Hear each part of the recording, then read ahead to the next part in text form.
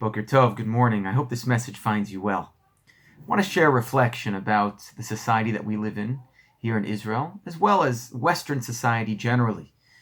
Because this whole coronavirus has actually raised some fundamental questions about the society that we live in and the values that we adhere to. You see, if you go on the news sites, you see that in Tel Aviv, in London, New York, Italy, young people are not listening to the health guidelines to stay indoors and to be locked down. Many of them are going to the beach, going to the parks, using this as an opportunity to do what they want, to do whatever it is that they want against the authorities' rulings. And I think this raises some fundamental questions about the society that we've created.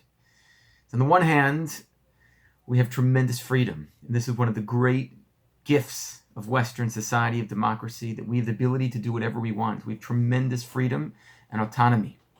And yet there are some downsides to this, because it's important to understand the distinction between freedom to and freedom from. Freedom from and freedom to, also known as negative and positive freedom. These are terms that were coined by Isaiah Berlin, the late British philosopher, as well as Erich Fromm, a Jewish psychologist. And the point that they make is that freedom from is the ability to do whatever you want, to not have an external person or authority telling you what to do. Think of the Jewish people in Egypt, in Mitzrayim.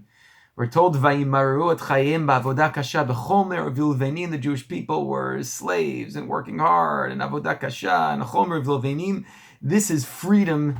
They achieved freedom from when they leave Mitzrayim. But freedom to is a different concept. Freedom to, what we call positive freedom, is the ability to make good choices, the ability to choose the right thing to do, to have good values, to choose to have vision, to have objectives in life, to choose the right thing to do when you can do whatever it is that you want. In Western society, we've given people freedom from, but I'm not convinced that we've educated people to choose the right things, to really exercise freedom to. You know, the Torah is tremendously, this is a very important concept in the Torah.